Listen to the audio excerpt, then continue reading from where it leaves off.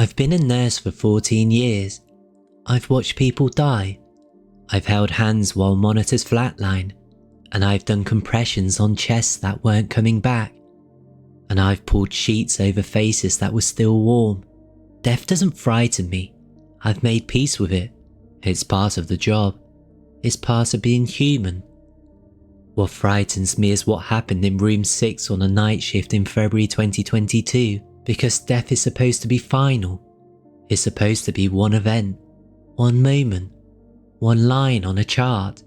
What I witnessed in that room was not final, and I don't think it finished.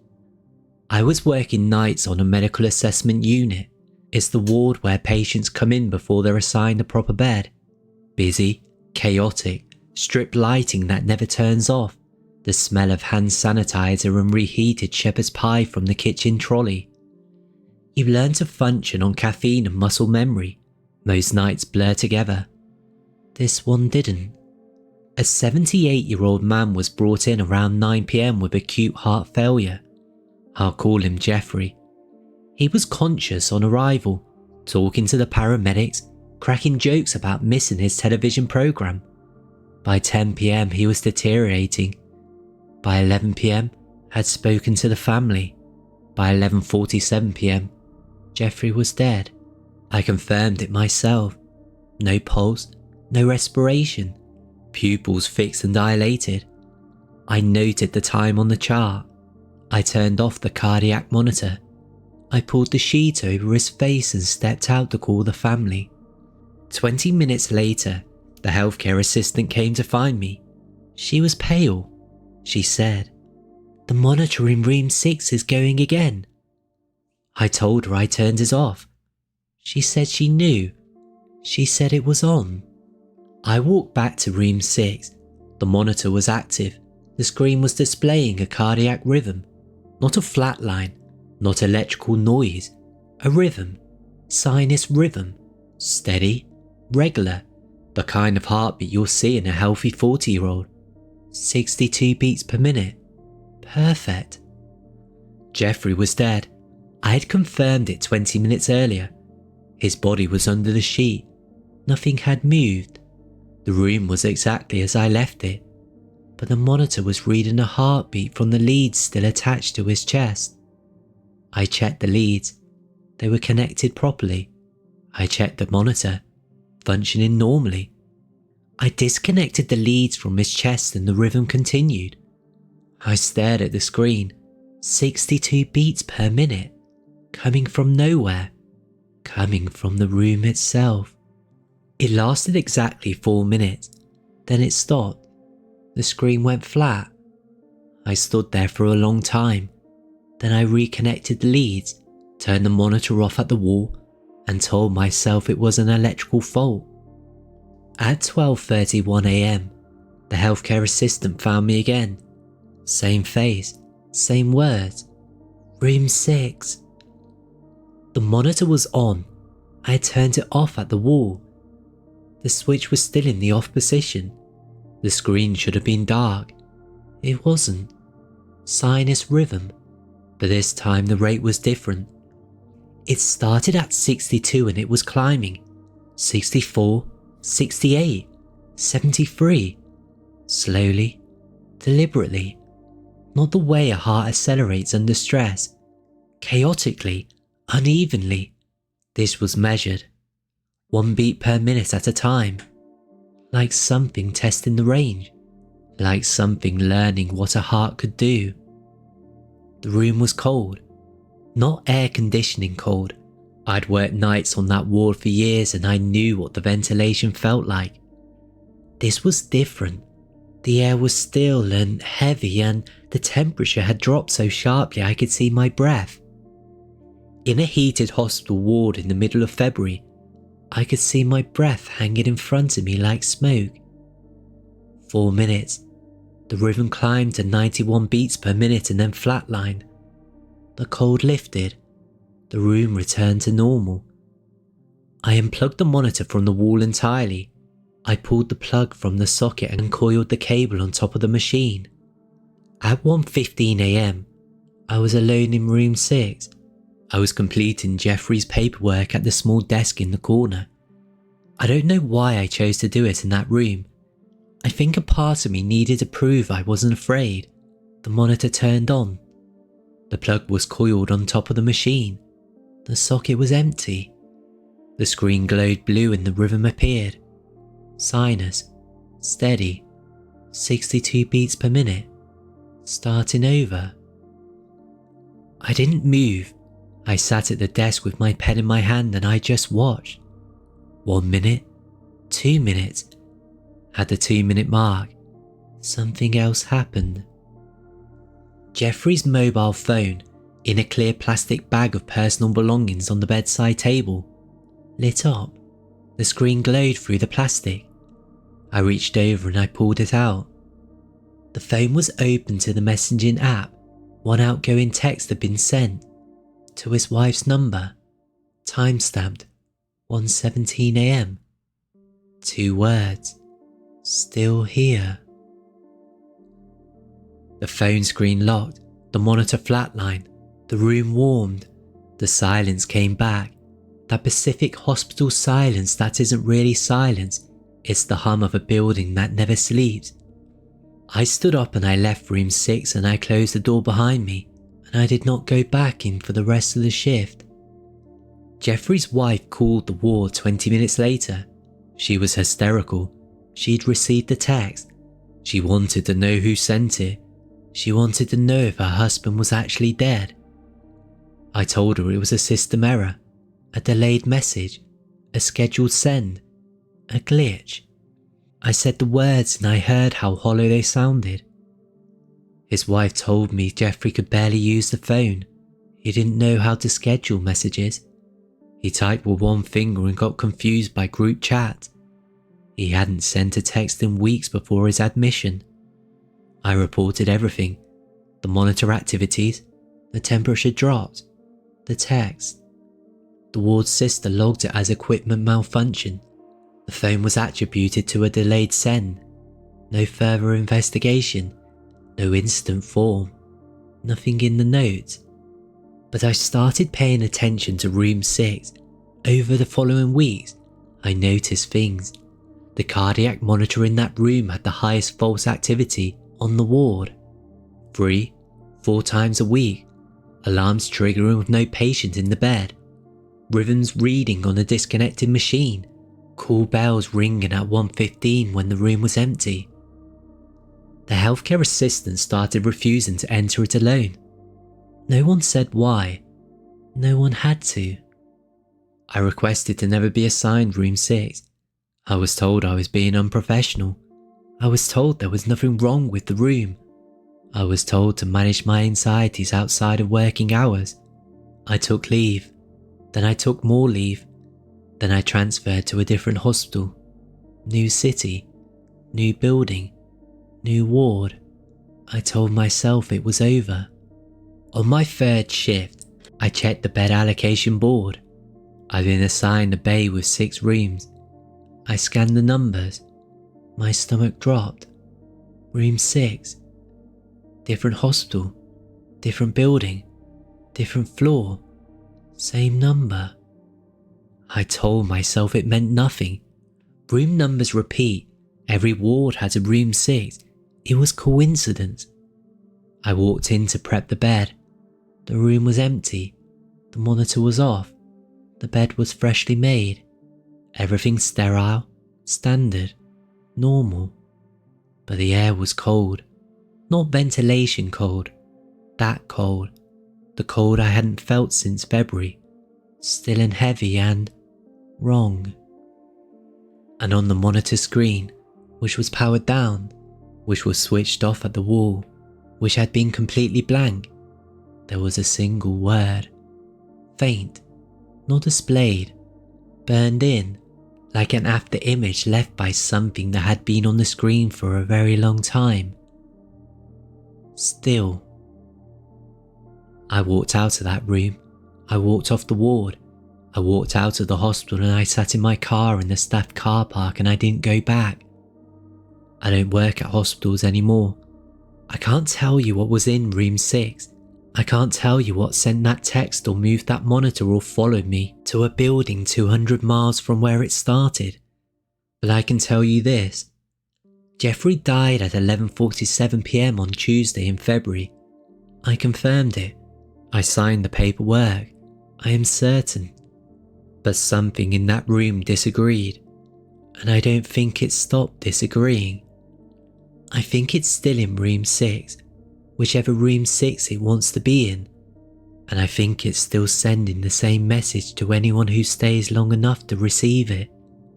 Still here.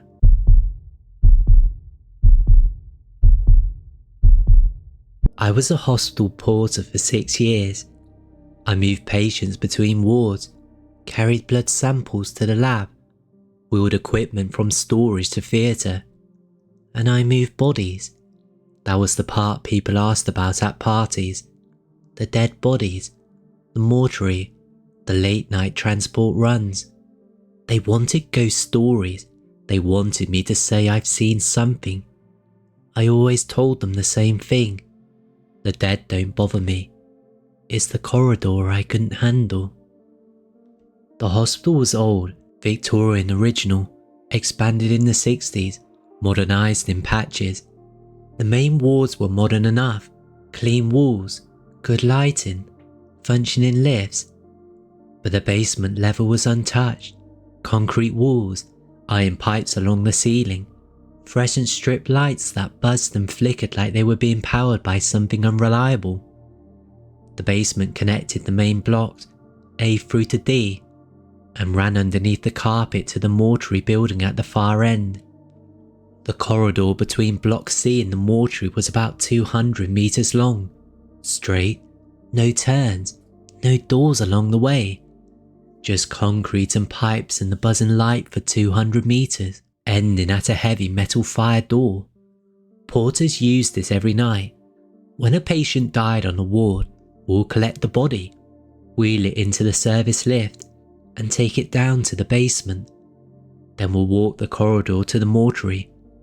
It was the designated route. It kept the dead out of the public areas, away from patients and visitors. Practical, sensible, routine. Every porter who worked nights knew the rule. It wasn't written down. It wasn't in any handbook. Your first night shift, an older porter would walk the corridor with you. He would match your pace. He wouldn't talk. When you reached the mortuary door at the other end, he'll look at you and say, "Good. Now do that every time." Then he'll tell you the rule. Don't stop. Keep your pace steady. Keep your eyes forward. Don't stop walking until you reach the door. I asked why. Everyone asked why. The answer was always the same. A shrug, a half smile. Just don't. I thought it was a hazing, new porter initiation, make the kids scared of the basement so the senior staff could laugh about it in the break room. I walked the corridor dozens of times in my first 3 months and nothing happened. Concrete, pipes, buzzing lights, 200 meters of nothing. I started to relax. I stopped thinking about the rule. Then I dropped my clipboard. It was a Thursday night, around 2 a.m. I was halfway down the corridor, wheeling an empty trolley back from the mortuary. I had my clipboard tucked under my arm and it slipped. It hit the concrete wall with a sharp crack that echoed off the walls like a gunshot. I stopped to pick it up. 3 seconds, maybe 4. I crouched, grabbed it, straightened up. The corridor was different. I couldn't tell you what changed in any measurable way. The lights were the same, the walls were the same, the pipes were the same, but the air was heavier, denser, like the space around me had compressed, and the fluorescent buzz, the constant electrical hum that I stopped noticing months ago, had changed pitch, lower, slower, like the current was being drawn away from the lights and into something else. I started walking, and that's when I heard it. My footsteps had always echoed in that corridor, hard floor, concrete walls, no soft surfaces. Every step came back a half a second later. Normal acoustics, predictable. The echo was wrong. It was half a beat behind. Not a reflection of my steps, a repetition. Something else's feet hitting the floor in my rhythm, but delayed. Like it had been walking in perfect sync with me the entire time and my 3-second pause had broken its timing. It was recalibrating, catching up. I walked faster. The footsteps behind me adjusted. Not instantly. There was a half a second lag. Then they matched my new pace. I sped up again. They sped up again. Always a fraction late. Always closing the gap. I could feel it behind me. Not a sound anymore. A presence. Warmth on the back of my neck. Not ambient warmth. Body heat. Close body heat. The kind you feel when someone is standing inches behind you in a queue. I could feel breath, or something like breath, moving the small hairs above my collar. Every instinct told me to run. Every nerve in my body was screaming at me to sprint the last 60 meters to the mortuary door. But something the older porters had said came back to me. Not the official rule, but something one of them had muttered after a few drinks at a Christmas do. He'd said, "Don't run. Running means you know it's there, and if it knows you know, it stops pretending to be footsteps." I didn't run. I walked. Steady. Fast but steady. I kept my eyes on the mortuary door. I could see the grey metal getting closer. 50 meters. 40. 30. The warmth on my neck was constant now. The footsteps behind me were almost in sync. The delay was shrinking. Half a beat becoming a quarter beat. The rhythm tightening like something finding its stride. I reached the door. I grabbed the handle. I pulled it open and stepped through and turned and slammed it shut behind me. Through the door, through the heavy metal fire door, I heard 2 more footsteps. Clear, deliberate, then silence. Then a sound that made my legs give out. A palm pressed flat against the other side of the door. Not a knock, not a slap. A slow, firm press, followed by a long, deliberate drag downwards, like a hand sliding from head height to the floor, the sound of skin on metal, and then a voice, my exact voice, the same pitch, the same tone, the same slight rasp I get when I'm tired.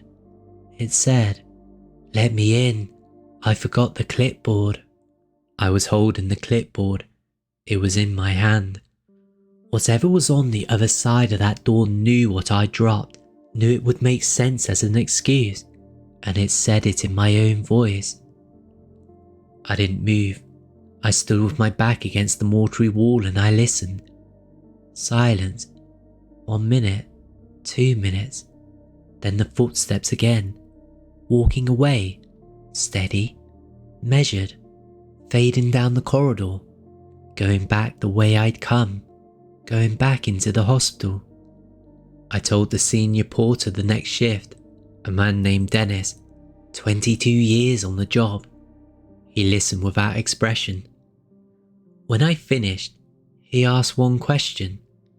"It spoke to you?" I said yes. He went quiet. He stared at the floor for a long time and then he said, "It's never spoken before."